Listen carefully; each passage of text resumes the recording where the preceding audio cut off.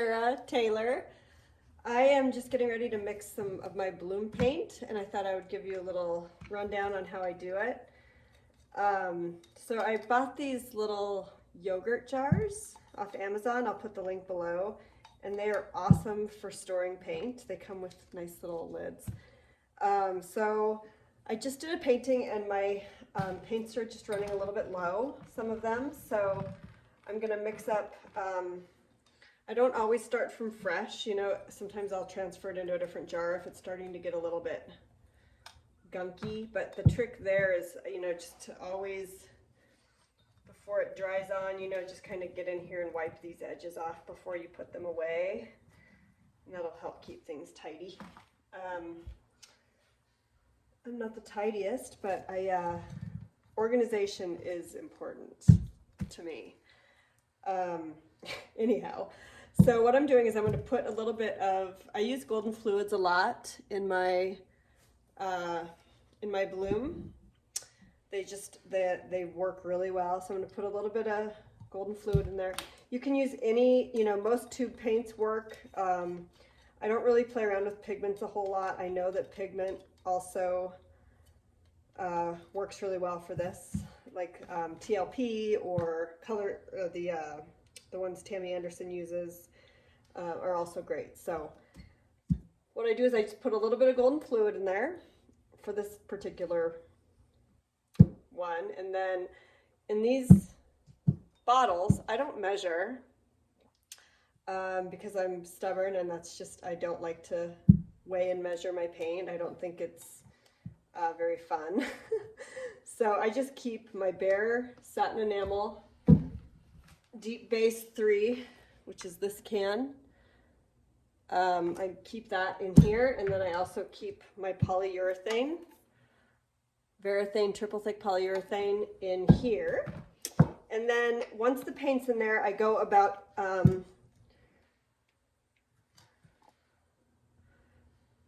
I just squirt some in there, and it's going to come out to about 1 part poly, about 2 parts of the untinted satin enamel. You don't have to use satin enamel. I use it because I have it around for my pearl paintings, and it actually works beautifully. So I kind of killed 2 birds with 1 stone. A lot of people just use the brand from Walmart or Glidden or Valspar. As long as it's a base 3 untinted, and you can use satin or gloss. And then, you know, just kind of stir it up from there. I was putting varnish in there, and I had tried this one, and I don't think it really makes a difference in the outcome. So I know varnish can be used to kind of thin your paint down if it gets too thick. However, I just use water. So, you know, I kind of take a similar approach at this that I do with all my other techniques.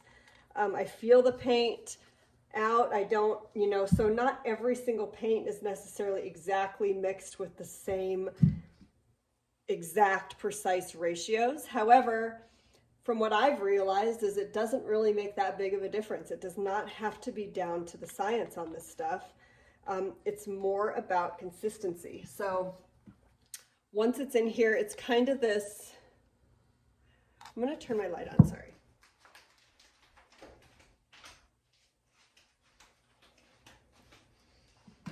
So it's kind of this goopy, like glue consistency. And then I just bring it down with a little bit of water. And it looks a little chunky at first because of the ingredients that are in there, but it's all water soluble, so it works just fine. And then I bring it down to just kind of like a warm, you know, I don't want it, I want it to run off the stick. I don't want it to just glob and goop off the stick. I do want it to sort of run off the stick, kind of like warm honey, is how some people describe it. And I think that's a pretty accurate. This is still a little thick because all these ingredients, the base 3 paint, the polyurethane is very, very thick. And if you don't add anything to thin that down a little bit, it's just the paint's not gonna move. So that's what I do to mix all my paints. You know, the golden fluid is so high in pigment, and it's very thin, so it takes less water to get it to that same consistency as if you were using like a tube paint. I've got this magenta color I've been playing with, which is a tube paint. So we'll make a little bit more of that because it is really pretty. And this is a Charbon paint. Whoops, my cap just broke. Darn. All right, so squirt a little bit of paint in. And you can tell the pigment's really rich.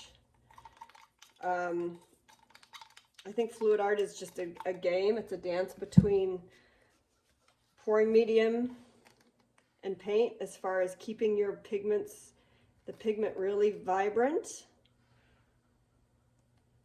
Get some of that polyurethane in there, which from what I understand, the polyurethane, well, I've used polyurethane other ways too, and that's what gives that watercolory bleeding blending effect. And then the house paint is basically just kind of like your pouring medium.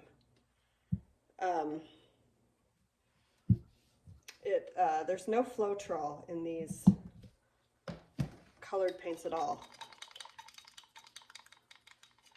So the ratio is not exactly the same as my other one, but and I suppose I could just mix up a batch of the Bear and the poly mixed together and call it my pouring medium. But I use those for other things, so that's why I just keep them in their own separate containers. And so, you know, for bloom, you're using a pillow, and the pillow helps move the paints around. And as long as these paints are all a very similar consistency, they're going to move together harmoniously. One's not going to try to move faster than the other one. So just kind of a nice,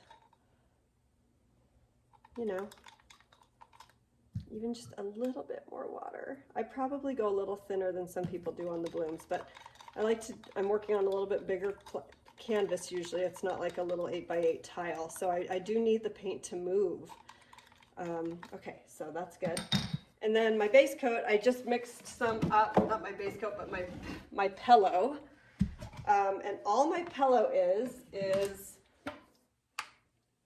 Glidden Satin, pure white. And I mixed that with, I probably I filled this almost all the way up. This is a 24 ounce. So I probably did about 20 ounces of paint, the Glidden paint. And then I squirted in some Golden GAC 800, probably about maybe 1 to 2 ounces. And then I added a bit of water to that as well. And I stirred it up until it's this nice, you know, enough water where it's kind of a similar consistency, a little thicker than the paints. And I always let this sit at least overnight before I use it, or else you're going to have little air bubbles in your painting, which with bloom drives me crazy. It speckles through into your colors, and it's not. It really can, I think, kind of ruin a painting. So always let it sit and let all the air bubbles come out of it. And then, you know, for my gray base coats that I use in the bloom, I've got a little left over here. I just take this and then I put some white in here, and then I'll add a little bit of golden fluid black oxide or carbon black. And then sometimes I'll put like a drop of Indian yellow hue in there.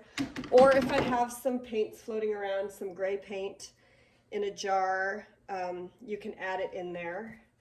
Just a little bit to get it a really pretty light gray color. And yeah, they play really nicely with the color, with the paints. When I use a gray background, I almost always use the my white cell activator. So these are also quite simple. This is black Australian Floetrol in black oxide, about 1 part paint to 3 to 4 parts Australian Floetrol. This is Aussie Floetrol, 4 parts Floetrol to 1 part titanium white by Amsterdam. I'll show you those tubes as well.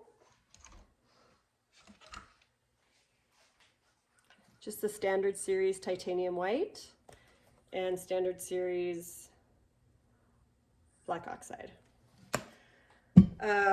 I will admit to you guys that the painting I just did, I was using the Aussie Floetrol titanium white, and I decided I didn't like it as much as I like just my American Floetrol mixed with, it's like 1 part titanium white to 3 parts American Floetrol, and then I add just a few little drops of Minowax wood conditioner. This is the Red Can Minowax wood conditioner. It's really stinky. I don't really like it, but I'll tell you what, with the white, for some reason, I think it just creates a better effect. So we'll see. I'll keep playing around with it. And that's it, you guys. I just wanted to show you while I was down here doing this kind of hopefully a simpler way to mix these, and I find it more enjoyable than sitting and weighing and kind of stressing over it. Let me show you the consistency one more time. Nice warm honey. And then I just simply, I wipe my stick off. And I buy these old, I go to Goodwill and you can buy a bag of old towels and rags for like $5. And then I cut them up, tear them up, and that's how I get a bunch of rags in my studio. And it's nicer than using a bunch of, but yeah, if you wipe your edges off, pop that on, and then I can store it up here in my section. All right, have a great day, you guys. Thanks for being with me.